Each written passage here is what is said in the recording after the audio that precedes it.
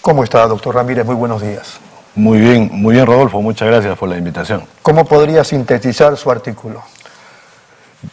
Vean, hay algo que se confunde muchas veces y se cree... Pero con palabras fáciles, ¿sabes? Claro, Para claro. que los televidentes entiendan. Sí, que el ser ciudadano es el contar con el DNI azul o el electrónico ahora, ¿no? No es así. No es solo eso. Correcto. No, porque nuestra ciudadanía tiene que ser efectiva. Hay que participar de la vida política de nuestro Estado peruano, en este caso. Y lo único que la norma constitucional exige hoy en día es que se tenga la mayoría de edad, que está establecida en los 18 años, y estar inscrito en el registro electoral. El registro electoral es la base o es la fuente de lo que posteriormente es el padrón electoral, ¿no? ¿Eso no es automático? Sí, pero hay algunas restricciones en algunos casos. Ejemplo, hasta hace pocos años, nuestros hermanos militares y policías no podían votar. Eso ya se superó. Pero mientras estén en actividad, solamente pueden elegir, mas no pueden ser elegidos. Bien, ahora... Son medios ciudadanos. Claro. Hay también el caso de los emancipados. ¿Qué son los emancipados? Son los mayores de 16 años, pero que logran la emancipación, valga la redundancia, aunque el término es un poco fuerte, del seno familiar, ¿no?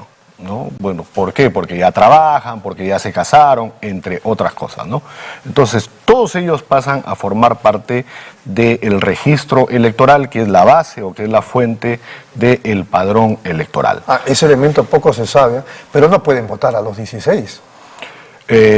Sí, o sea, si es que logran su emancipación... Su independencia. Claro, ¿ya? Bueno, ese es un trámite que hay que hacer. Pero son contados pues con los dedos de la mano. ¿Por qué? Porque las situaciones son muy especiales y muy específicas en este caso. Pero la regla general es que cuando uno cumple los 18 años, es más, a los 17 años ya se entrega el DNI azul o el DNI electrónico, cierto. Pero recién se habilita cuando cumple los 18 años. Tengo el caso puntual de mi hija, que acaba de cumplir 18 años, el día 29 de julio, y ha estado intentando abrir una cuenta bancaria. Bueno, y ha tenido que esperar una semana hasta que todas las entidades financieras logren tener la data de sus huellas, por ejemplo, ¿no? ¿Por qué? Porque ahora es el sistema biométrico. Sí. Si iba con su huella, todavía no estaba en el registro de los datos de identificación biométrico, ¿no? Bueno, el día de ayer me comentó que ya logró abrir su cuenta bancaria después de una semana, ¿no? Bueno, eso es lo que hay que hacer, pero ¿basta con estar inscrito en el registro? No, debemos participar, y en la antigua Grecia se decía que solo Dios y los imbéciles no participan en la vida política de la polis, en este caso, ¿no? Pero, ¿estamos realmente cumpliendo eso? Desde mi humilde punto de vista, considero que no. Porque hay cierta, digamos, apatía, por no llamarlo de otra manera, ¿no? De la participación activa, ¿no? Ojo, que no se necesita ser candidato para ello, ¿no? Sino pasa también por hacer una crítica, pero esta crítica tiene que ser constructiva, ¿no?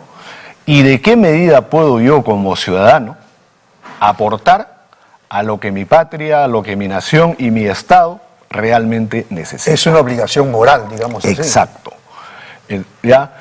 Y se tiene que respetar también el marco constitucional y el marco legal. Han habido cambios, indudablemente. Porque para la Constitución de 1933... Allí habían restricciones. Había que ser letrado, por ejemplo. Uno tenía que saber leer y escribir. Luego, tenía que contar con propiedades inscritas y con cierta posición socioeconómica. Bueno, todo eso se ha superado, gracias a Dios, pero todavía faltan algunas cosas. Y lo que me avergüenza decir, bueno, y lo digo con la más absoluta franqueza, Sí. es que el voto femenino o el voto de la mujer recién fue aprobado en 1955 y por primera vez la mujer en la historia del Perú vota desde 1956, un año después de la ley. ¿Cuán mal estamos? ¿No? Porque hace poquísimo tiempo, ¿no?, nuestras hermanas mujeres no podían sufragar. Esto es una clara discriminación que, menos mal, ya con el avance de los tiempos y de la cultura, ¿no?, se logra superar en la Carta de 1979, ¿no? Bueno, y era una corriente también que venía, pues en el caso de los hispanohablantes, estamos hablando de la Constitución de España de 1978, que fue también una fuente o un punto de referencia para nuestra Carta de 1979, ¿no? Y lo que la actual Constitución hace es recoger ese espíritu de la anterior Constitución y lo simplifica aún más. ¿Por qué? Porque dice, basta con estar inscrito en el registro electoral y queda ahí, ¿no? Entonces, tener 18 años y estar inscrito. Si uno no se inscribe, es como si no existiera para la ciudadanía, ¿no? Entonces, yo lamentablemente he visto casos también al interior del país en donde la niña no es inscrita porque la mamá no está inscrita y la mamá tampoco fue inscrita porque la abuela tampoco se inscribió. Y son vidas, son personas, son seres humanos que existen y que están allí, pero que lamentablemente para el Estado no existen. ¿Y ahí cómo se puede solucionar el tema? Bueno, hay lo que se llama, esto es un trámite que se hace ante el RENIEC, que es una inscripción extraordinaria, ¿no? O sea, la mamá que no está inscrita puede llevar a su hijo o hija. Claro. Hay que empezar desde la abuela, ¿no? Porque hay que regularizar, en este caso, la inscripción de la abuela, después la inscripción de la ¿Es hija. burocrático eso? Si la abuela no tiene ni la mamá, lo importante Ya, es la hija. ¿O pero eso no se puede? No. Pero es que una es la que le da vida a la otra. Ya, ¿por qué? Porque la niña no va a aparecer de la nada. Quizá la bisabuela tampoco y más atrás Sí, tampoco. sí, pero... No sé si me dejo entender. Claro, pero estamos hablando de las personas que están vivas, ¿no? Ya, bueno, ahí se necesitan testigos que den fe de que efectivamente existe, efectivamente vive en la localidad, entre otras cosas que se piden, y es una inscripción extraordinaria. Muy bien. Hoy hemos conocido, gracias a usted también, el tema de lo que es la ciudadanía. ¿Y qué cosa es el pueblo? El pueblo es el conjunto de las personas que se organizan y que aspiran a algo en común. Pero en los últimos tiempos ha sido mal utilizado, ¿no? Ya, bueno, como que se cree que el pueblo es la masa, ¿no? La turba, entre otras cosas, cuando en realidad no es así. Y el término pueblo es de uso reciente, además, ¿no? Porque anteriormente no se hablaba del pueblo. Entonces, ¿no? ¿De qué se hablaba? De la ciudadanía, ¿no? En algún momento en la época medieval se hablaba de la burguesía, por ejemplo, ¿no? El poder burgués. Y cómo es que se ha ido ganando, a pulso, dicho sea de paso, en el campo de los derechos políticos, ¿no? Porque quienes tenían representación eran solamente los nobles. ¿La Constitución consigna la palabra pueblo? Que yo recuerde, no. Pero se hablaba de que el pueblo es el soberano. ¿Eso es así? ¿El pueblo es el soberano en un sistema democrático? En un sistema democrático, sí, claro. Me acuerdo que en educación cívica en el colegio nos enseñaban que la democracia es el gobierno del pueblo, para el pueblo y por el pueblo. Sí, esa es la definición más exacta de democracia, ¿no? ¿Por qué? Porque erróneamente se cree que demos, ¿no?, es poder.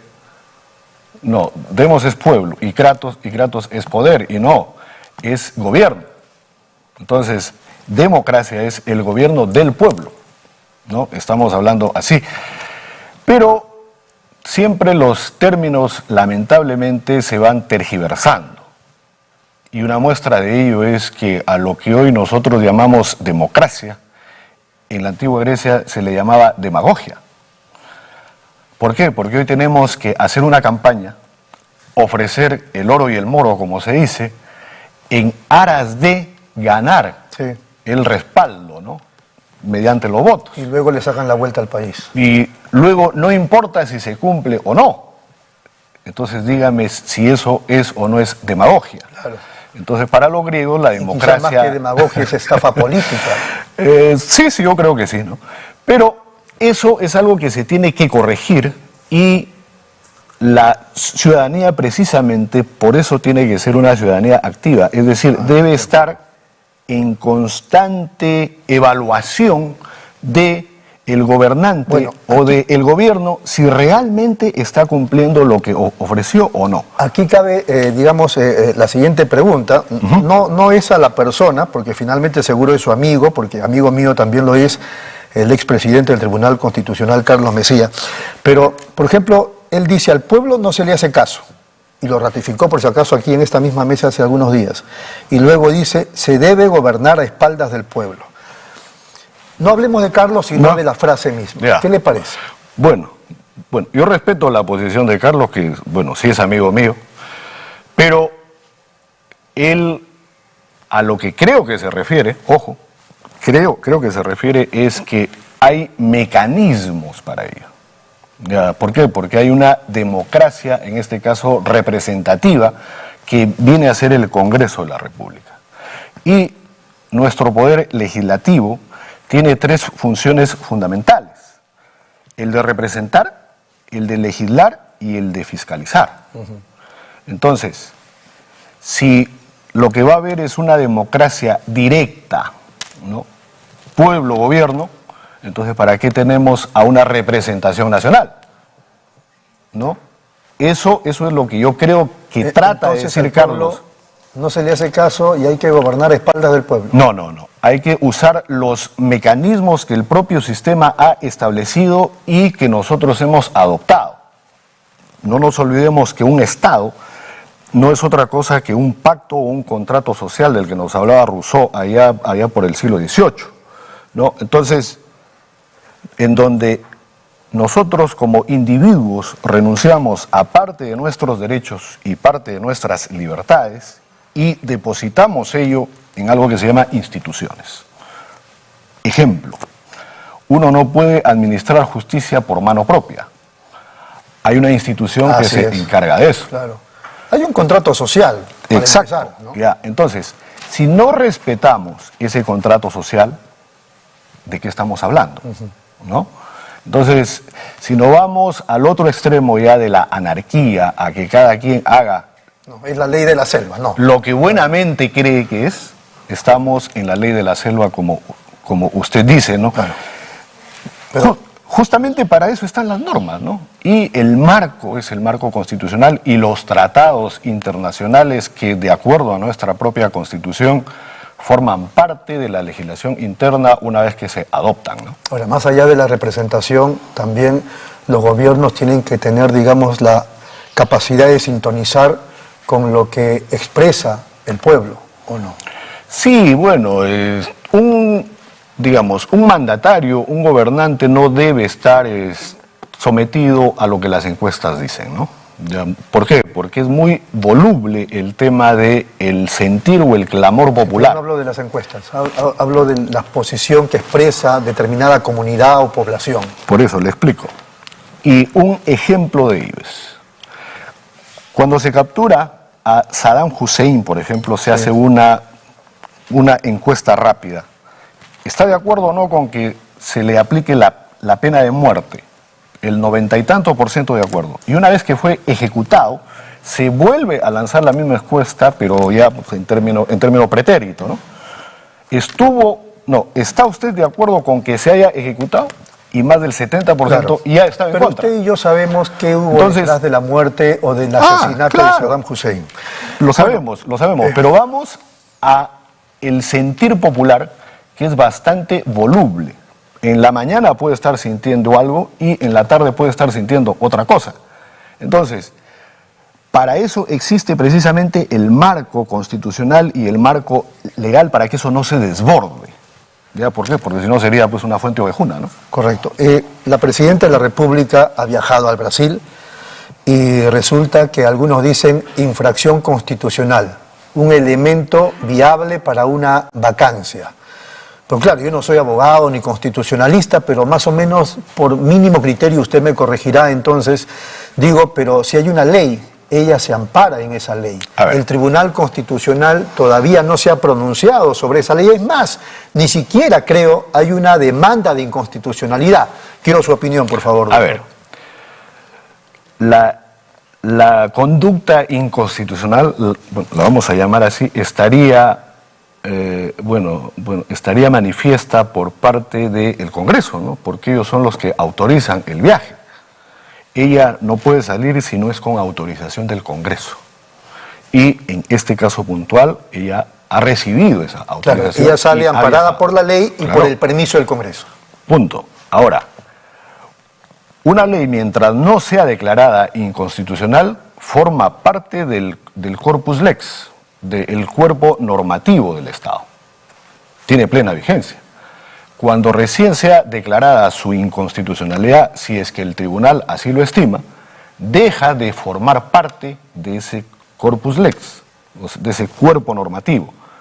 Mientras tanto, esa norma tiene plena vigencia. Ahora, yo en lo particular y en lo personal estoy en desacuerdo también. ¿Por qué? Porque hay, digamos, el tema de desacuerdo con la ley. De la sucesión, ¿no? Si no hay un vicepresidente, es el presidente del Congreso. Hay un vacío ahí. Claro, es el presidente del Congreso. Eso del presidente del Congreso no lo dice la Constitución. Pero hay una línea, ¿no? Hay una línea de sucesión, ¿no? Hay que seguir esa línea. Porque ¿quién nos gobierna mientras tanto?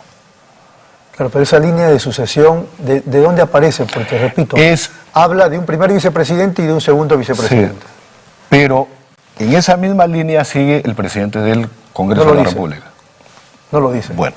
No, si no me corrige. Pues. No. Estamos de acuerdo. Pero un Estado no se puede quedar sin su primer mandatario, ¿no?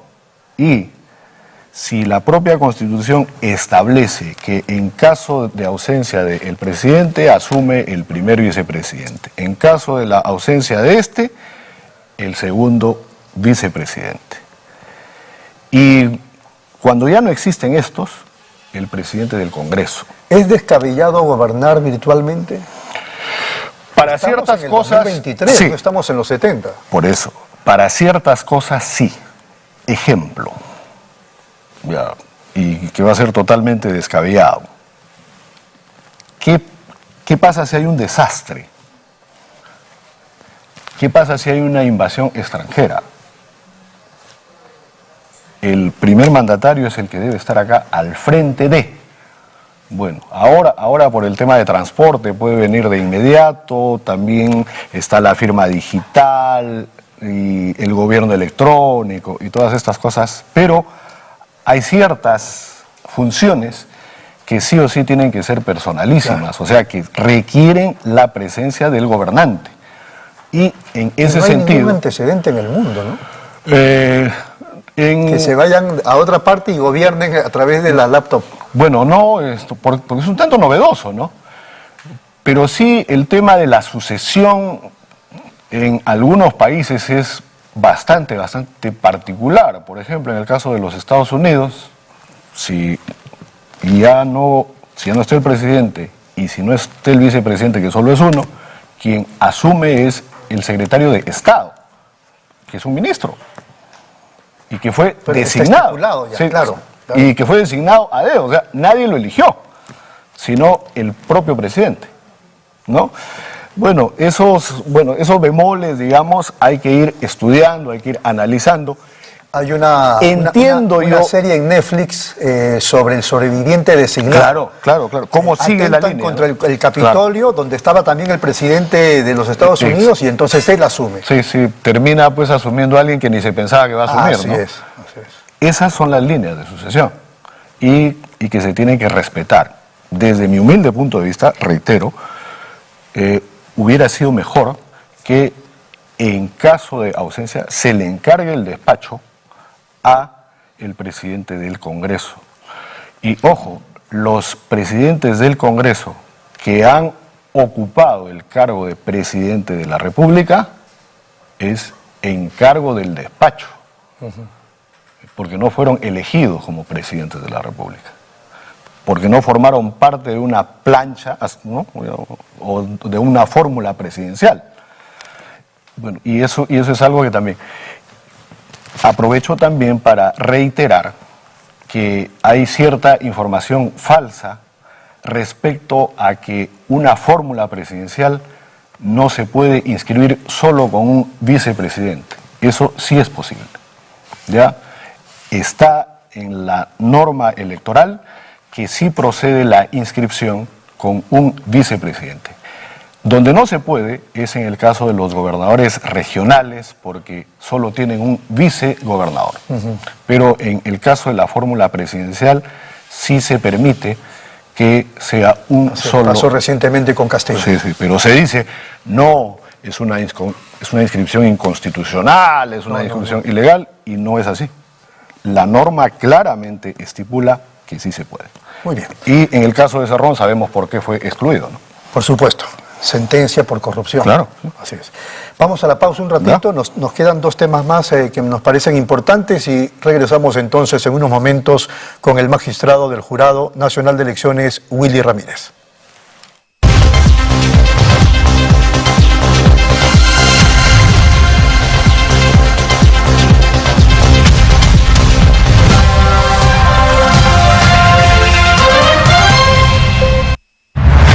Nueva app de Derrama Magisterial. Maestro y maestra, realiza tus consultas y operaciones en la palma de tu mano. Con el nuevo app Derrama Magisterial podrás realizar tus operaciones en todo momento y desde cualquier lugar. Solicita un crédito, consulta el estado de tu cuenta individual, accede al estado de tus créditos, actualiza tus datos, accede al servicio de asesoría legal gratuita. Ubica nuestras oficinas a nivel nacional. Descárgalo hoy mismo en tu Play Store. Derrama Magisterial, seguridad social para el maestro. ¿Buscas lo mejor para tu hogar? En Plaza Hogar podrás elegir, diseñar y plasmar todas tus ideas. Todo lo que soñaste está en Plaza Hogar. Diseños exclusivos y precios sin competencia. Cómprale al Perú. Ven a Plaza Hogar. La emoción de encontrar lo mejor para tu hogar. Avenida Angamos, 1551 Surquillo.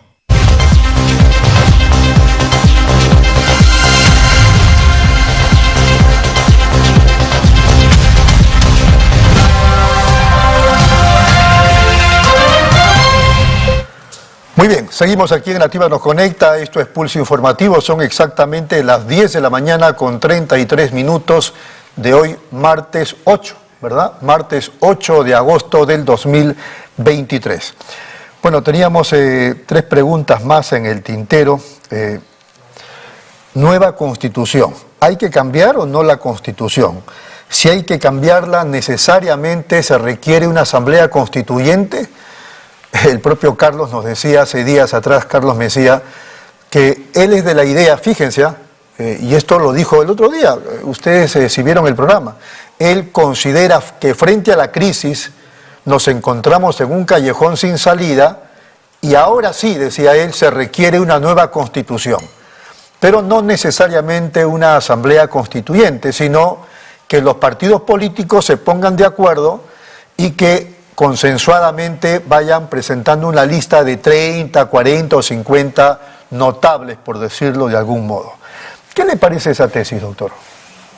Vean, el mejor momento para dar una nueva constitución es cuando todo está en calma. Porque las últimas constituciones son una suerte de instantánea del momento. No sé si recuerdas esa cámara Polaroid que había, ¿no? Que uno tomaba la foto y salía. Ya. Bueno, eso son las constituciones.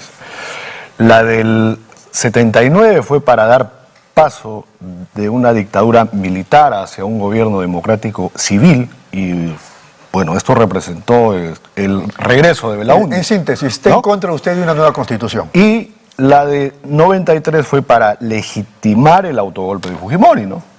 Bueno, ¿cuál es la principal característica de esta última constitución? Que fue ratificada mediante referéndum. Bueno, ahora de que no fueron los votos, eso ya es otro tema. esa es la carta que está vigente y es la que más modificaciones ha sufrido. Y bueno, si nosotros revisamos todas las modificaciones y adendas que se han hecho a esta Constitución, ya es una nueva Constitución.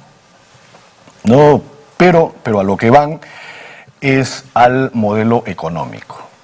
Y somos uno de los pocos países que tiene constitucionalizado el modelo económico. Y dicen los entendidos, no lo digo yo, que ese es el secreto del éxito de nuestra economía. Bueno, para algunos llueve, para ¿Hemos tenido éxito, de verdad? Sí ha habido crecimiento, pero la población puede escuchar y decir, ¿el éxito por dónde está? ¿Dónde? Por eso, para unos llueve, para otros chorrea y para otros gotea. Es el rol precisamente del gobierno el aplicar todas las normas que ya están y que éstas sean cumplidas. No nos olvidemos que no somos economía libre de mercado, sino somos economía social de mercado y ese social no está en vano ahí. Entonces, hay un componente social y eso a quien le corresponde es a los gobiernos de turno. Muy bien. Está en contra de una nueva constitución. Adelanto de elecciones generales. Ayer algunas congresistas han presentado un proyecto de ley de adelanto que las elecciones serían, me parece, en julio del 2024, etcétera, etcétera. Esa idea que ya antes se había planteado y se había trabajado en el Congreso y al final no ocurrió nada, ¿qué le parece? Ideas. ¿No estaría de acuerdo usted con un adelanto de elecciones? Siempre y cuando se sigan los cauces que se deben seguir. Y vean, lo primero que se tiene que hacer es modificar la Constitución recortando el periodo de 5 años. Lógico, por supuesto. Para modificar la Constitución se requieren de dos legislaturas con mayoría calificada. Nadie está negando eso. Listo. La otra vía es que se apruebe por mayoría simple y que luego se lleve a cabo un referéndum. Esa es la otra vía. Así es. Mientras eso no suceda, no podemos hablar de un adelanto de elecciones.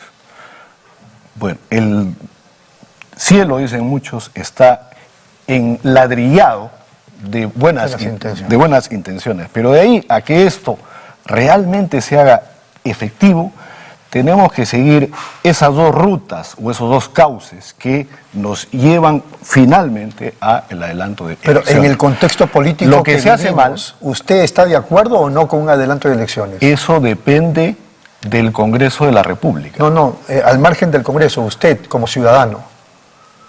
No puedo opinar porque yo formo parte de un ente electoral, ¿ya? Pero sí, se tiene que seguir los mecanismos que están establecidos. Ahora, si esto se da, el sistema electoral recién empieza a andar. Activarse, claro. ¿Ya? Así que mal se hace diciendo que el sistema electoral el año pasado, que el sistema electoral... El año pasado el presidente del Jurado Nacional de Elecciones, cuando estaba en boga el tema del adelanto de elecciones y se trataba en el Congreso, se debatía en el Parlamento, etcétera, él dijo, inclusive mediáticamente, que se podía hacer en pocos meses. Sí, hasta en 230 días, claro, ajustando. Pero previa enmienda constitucional por supuesto, y convocatoria a elecciones por parte del Ejecutivo. Estamos hablando legislativo primero, ejecutivo después y recién entra a tallar el sistema electoral. ¿Usted cree que vamos a llegar al 2026, digamos, con este gobierno y este Congreso? No me atrevo yo a dar... ¿Y por qué no se atreve? ¿Por qué? Porque es cambiante, si nos damos cuenta, ¿no? Vean, quienes propulsaron el tema del adelanto de elecciones terminan hasta retirando los proyectos. O sea, eso ya nos dice mucho y nuestra ciudadanía debe estar vigilante y observar qué es lo que hacen aquellas personas a quienes hemos elegido. Si realmente nos están representando y si realmente están poniendo por encima de todo el bien común. Muy bien. El último tema, rapidito, que ya nos cortan. La inmunidad parlamentaria. El Congreso anterior la desactivó y este Congreso quiere activarla de nuevo. Su impresión. Esa fue una propuesta de Acción Popular la vez pasada, ¿no? Y ahora la bancada de Acción Popular quiere que eso regrese. Bueno, es un tema exclusivo y excluyente del Parlamento, así que espero que se llegue a un buen término. ¿Es necesaria la inmunidad en estos tiempos en el Parlamento? Porque tienen que investigar, y no por investigar. Sí, pero hay que también hacer pues las excepciones, ¿no? En el caso de la Delitos flagrancia, comunes. delitos comunes, por ejemplo, ¿no? Pero en la labor misma de representación legislativa y fiscalizadora hay ciertos actos que sí requieren de una inmunidad. Pero esta debe ser relativa, no una inmunidad absoluta, porque eso ya se convertiría en impunidad, ¿no? Perfecto. Willy, ha sido muy amable. Muchas Muchísimas gracias, Rodolfo. Es un gusto siempre estar en este medio. Gracias. Muy bien. Ha sido el doctor Willy Ramírez Chávarri, nada menos que magistrado del Jurado Nacional de Elecciones. Vamos a la pausa, regresamos.